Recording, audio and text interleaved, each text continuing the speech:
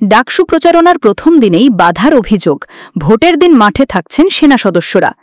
ঢাকা বিশ্ববিদ্যালয় কেন্দ্রীয় ছাত্র সংসদ ডাকসু নির্বাচনের আনুষ্ঠানিক প্রচারণা শুরু হয়েছে, তবে প্রথম দিনেই অভিযোগ উঠেছে বাধা ও হামলার। বিশ্ববিদ্যালয় শাখার শিবিরের সাবেক সভাপতি ও ভিপি প্রার্থী সাদিক কায়েম জানিয়েছেন, ঐক্যবদ্ধ শিক্ষার্থী জোটের প্রচারণা বোর্ড ভাঙচুর করেছে প্রতিপক্ষরা। মঙ্গলবার নিজের ভেরিফাইড ফেসবুকে দেওয়া এক পোস্টে সাদিক কায়েম দাবি করেন, শুধু প্রচারণার বোর্ড ভাঙা হয়নি, নারী প্রার্থীদের প্রতিও আক্রমণাত্মক আচরণ করেছে হামলাকারীরা। তার ভাষায়, এই ঘটনায় স্পষ্ট ভিডিও ফুটেজ রয়েছে, কিন্তু ব্যবস্থা না নিলে বিশ্ববিদ্যালয় প্রশাসনের নিরপেক্ষতা নিয়ে প্রশ্ন উঠবে। অন্য এক পোস্টে সাদিক কায়েম লেখেন, আমরা ঐক্যবদ্ধ ও উন্মুক্ত ক্যাম্পাস চাই। যে কুচক্রী মহল আমাদের অগ্রযাত্রা বাধাগ্রস্ত করতে চায়, তাদের পরিণতি হবে পতিত ফ্যাসিবাদের মতোই।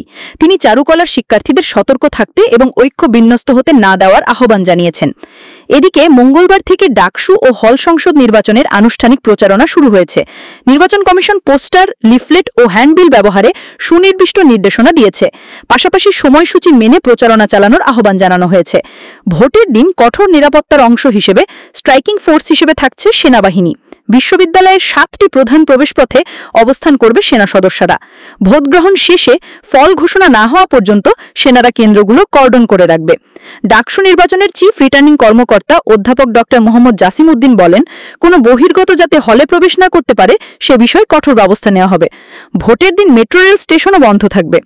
প্রচারণার প্রথম দিন থেকেই অভিযোগ ও পাল্টা অভিযোগে উত্তপ্ত ক্যাম্পাস। তবে নির্বাচনী দিনে সেনা মোতায়েনের সিদ্ধান্ত শিক্ষার্থীদের নিরাপত্তায় কতটা আস্থা জাগাতে পারে, এখন সেটাই দেখার বিষয়।